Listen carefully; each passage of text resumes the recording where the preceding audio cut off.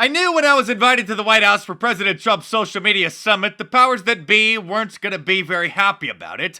Although I did avoid the brunt of their smears because, unlike some people, I did not announce that I was invited and didn't say anything about it until after it happened. But I did catch the attention of Media Matters, Vox, The New York Post, and others. And what a coincidence, I noticed just a few days later that about a dozen of my YouTube videos had been manually demonetized by the YouTube moderators, even though they had previously been fully monetized for days, weeks, and some of them for even years. Rocket scientist Alexandria Ocasio-Cortez demonetized by a manual review, even though it had been fine since March.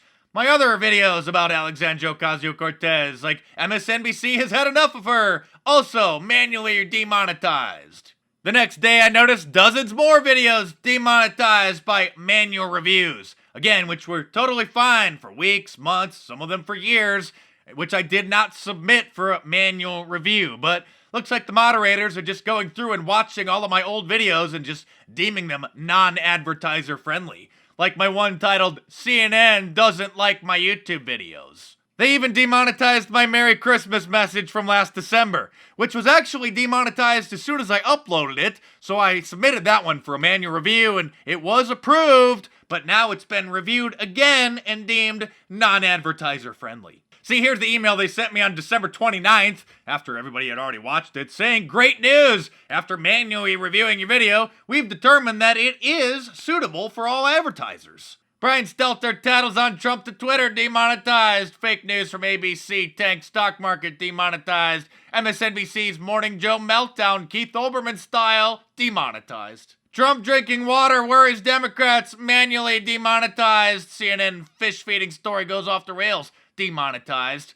I got a shout out on Tucker Carlson. That's a video from 2017. I think when Laura Ingraham was guest hosting. That's manually demonetized. Most of these videos aren't getting any views anymore because views come usually within the first 24 hours, and especially since they changed the algorithm last year to artificially boost authoritative content, mainstream media channels and videos as the top search results. So these videos are mostly just kind of lost in cyberspace. But what I think YouTube is trying to do is build a case to demonetize the channel completely to prevent all future videos from having ads run on them by saying that they found a substantial portion of the channel is not in line with the advertiser policies. And again, every single one of these videos, with more popping up every day, had been previously approved for monetization, and many of them manually approved. So I contacted YouTube support and I sent them a list of about a dozen of the videos that they previously manually approved that now they're saying are non-advertiser friendly. And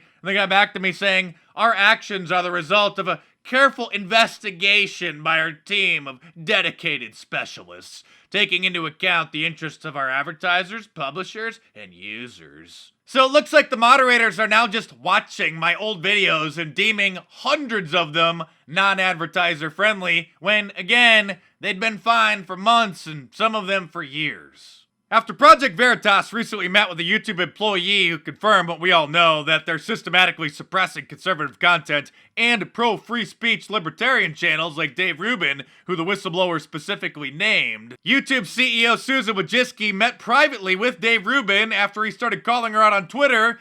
And of course, that upset Becca Lewis, who's the woman behind that alternative influence report, which came out last year, where she charted all of the conservative channels who do interviews with each other and do collaborations, because she's calling for us all to be banned. Once again, she says, revealing the fact that as much as they claim otherwise, reactionary YouTubers have institutional support at the highest levels. We're just a bunch of reactionaries now. So maybe it's time for Susan Wojcicki to have a little meeting with me. I mean, after all, I was the first conservative YouTube channel to hit 1 million subscribers in May of 2017.